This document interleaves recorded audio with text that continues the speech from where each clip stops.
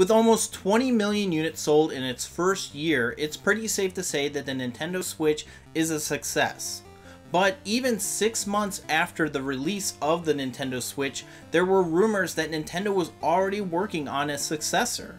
And now the Wall Street Journal of Japan is stating that we'll probably get a brand new Nintendo Switch in 2019, just 2 years after the initial release.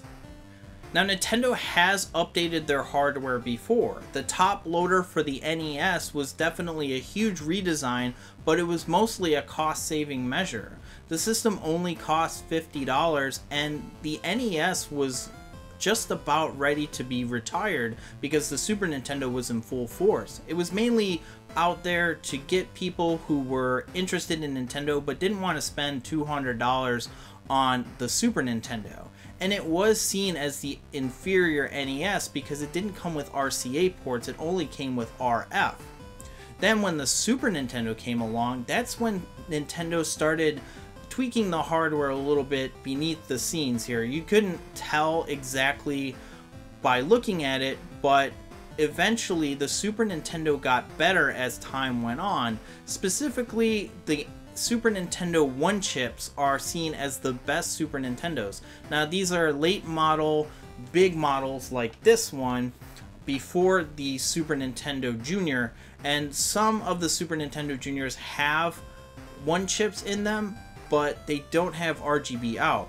And the only real way that you can tell if your Super Nintendo has a 1 chip is by opening it. Or you can increase the chances of your system having a 1 chip by checking the serial number, and if it starts with UN3, chances are you have a 1 chip system. You just have to open it up to be sure. Then when the Nintendo 64 came out, Nintendo actually made hardware revisions to make it cheaper, and they removed the RGB. And the GameCube version, they had later versions not include the progressive scan with the expensive component cables. Then when the Wii came out, later hardware revisions got rid of the GameCube backwards compatibility and even internet altogether. So basically, the console versions of Nintendo products don't really see significant upgrades after they're brought into market. They actually have features removed just to cut costs. I mean, the Wii U actually had a little bit more memory space, but that was about it.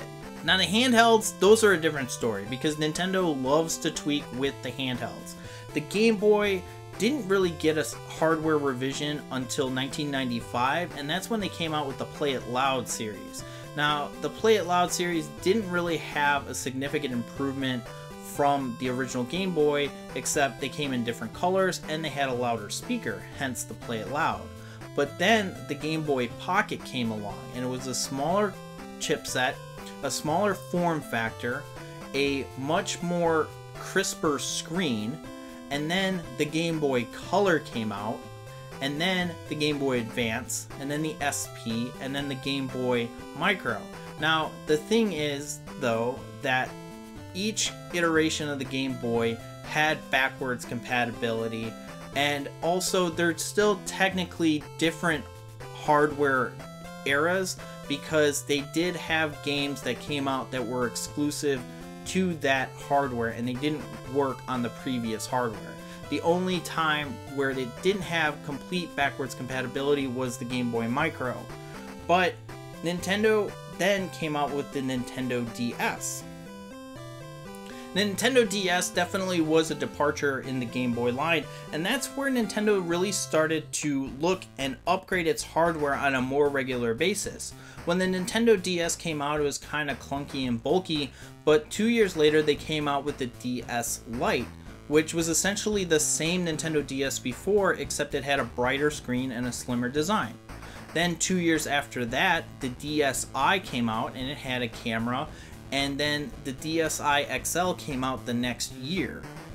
Then 2 years after that, the Nintendo 3DS came out.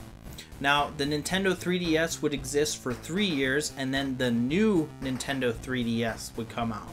So it stands to reason the way that Nintendo likes to refresh their handheld systems, we're more likely to see a refresh of the Nintendo Switch.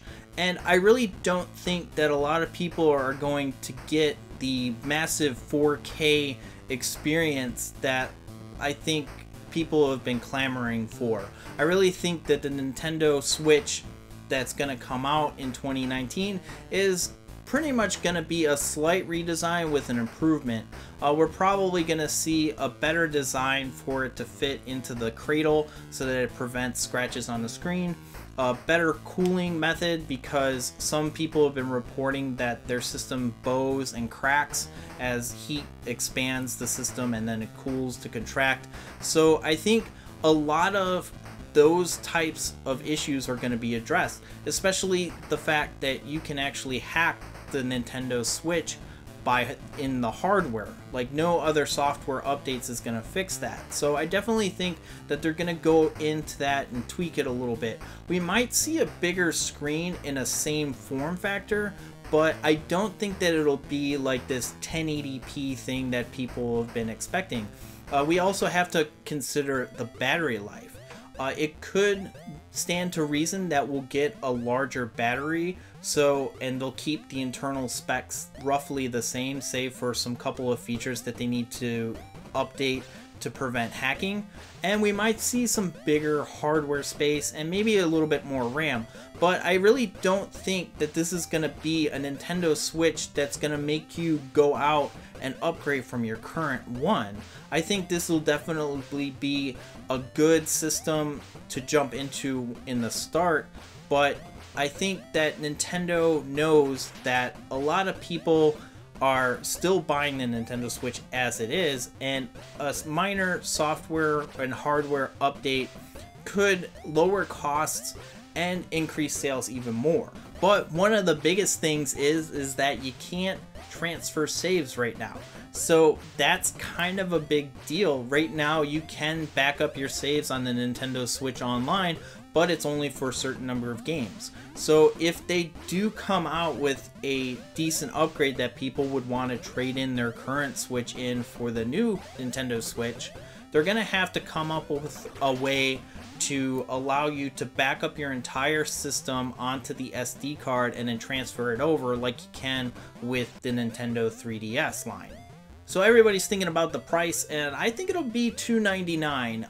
It probably will make the current Nintendo Switch drop to $250, or they might just discontinue the Nintendo Switch altogether and keep the new Nintendo Switch as just the regular Nintendo Switch, just with a hardware revision.